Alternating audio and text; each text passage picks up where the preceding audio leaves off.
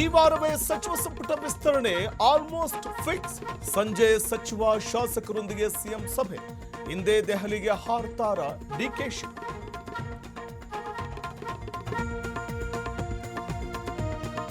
Bidadi township ಬಡಿದಾಟ, ಸರ್ಕಾರ ಹಾಗೂ ರೈತರ ನಡುವೆ ಮುಂದುವರಿದ ಸಂಘರ್ಷ. ಟೌನ್ಶಿಪ್ ಕೈ ಬಿಡ್ತಾರಾ CM DK Shivakumar?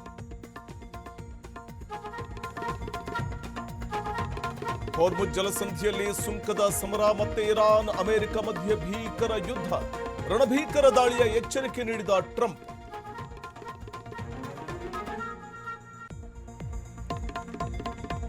ಆರದ Bidadi township ಕಿಚ್ಚು, ಅಧಿಕಾರಿಗಳ ಮೇಲೆ ಹಲ್ಲೆ. 20ಕ್ಕೂ ಹೆಚ್ಚು ರೈತರ ವಿರುದ್ಧ ಎಫ್ಐಆರ್.